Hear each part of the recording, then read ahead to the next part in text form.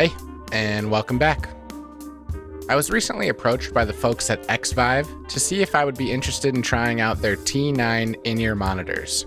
And since I've had such great experiences with their products in the past as a consumer, I jumped at the opportunity to collaborate with them here. Xvive is a newer company in the world of pro audio solutions, but a few years ago, I took a chance on their U4 wireless in-ear monitor system after seeing some positive reviews online. I was pleasantly surprised with the build and performance quality, and later invested in their U5 T2 wireless lavalier microphone system for my video work.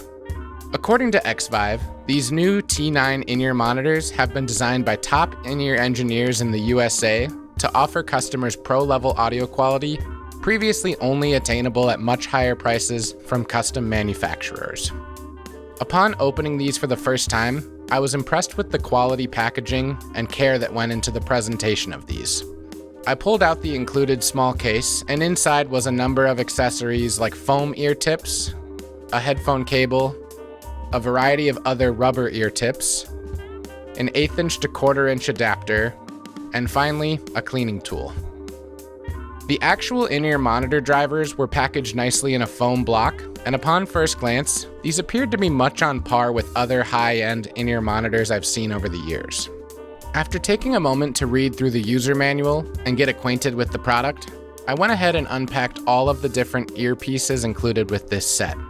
In total, this package includes 18 different earpieces, or 9 pairs, 3 foam pairs, along with 6 pliable rubber pairs in both yellow and red tints. Aside from a personal aesthetic, it's great Xvive chose to include different colors, because if you struggle to tell which driver belongs to which ear, you could easily use a different color to help distinguish left from right. After plugging each driver into the headphone cable, I started experimenting with different size and material earpieces until I found a set that fit well in my ear, and then proceeded to play some music through the monitors off my iPad. After trying a few different earpieces, I settled on the foam inserts for my own ears. If you've never used in-ear monitors before, it may take a while to figure out how to secure these in place, but what I like to do is get the driver in my ear and then loop the cable between my ear and my head. You may notice the headphone cable has a small portion wrapped in a plastic material that you can use to shape the cable around your ears, as well as to help hold everything in place. After listening to a bit of music, I went ahead and took these out and packed them up so I could take them with me to some gigs I had this weekend. The first event I'd be playing was a small backyard party, and honestly, I wouldn't need or want to use in-ear monitors on an event this low-key, but I figured that made it the perfect environment to test them out for the first time, since I knew I'd be fine if they didn't meet my expectations. I paired them up with my Xvive U4 wireless pack, and after finding a channel that didn't have too much interference, I was able to enjoy some nice crystal clear audio of the singers and the keyboards. The next day, I was playing another gig where we'd not only be working with full sound production, but I'd be singing backup vocals as well. In these settings, I rely heavily on a quality monitor mix, so I can tune my voice to the group and have a nice balance on stage. As opposed to using my wireless system, I decided to try hardwiring them up, which I thought would be easier for this specific gig. And again, I was pleasantly surprised with the results, especially with the low end coming from the kick drum and the bass guitar. I did notice after a few hours of wearing these monitors that my ears started to get a little sore, but I think that's to be expected with any sort of one-size-fits-all earpiece. Obviously, I could mess with the ear tips to try and get something that would work a little more comfortably for longer, but it wasn't too bad. On the following day, I had one last gig that I wanted to try these on, and that was a church service that I play from time to time. Typically at this church, we perform to a click track and a backing track, so having a high-quality in-ear mix is absolutely critical to a successful performance.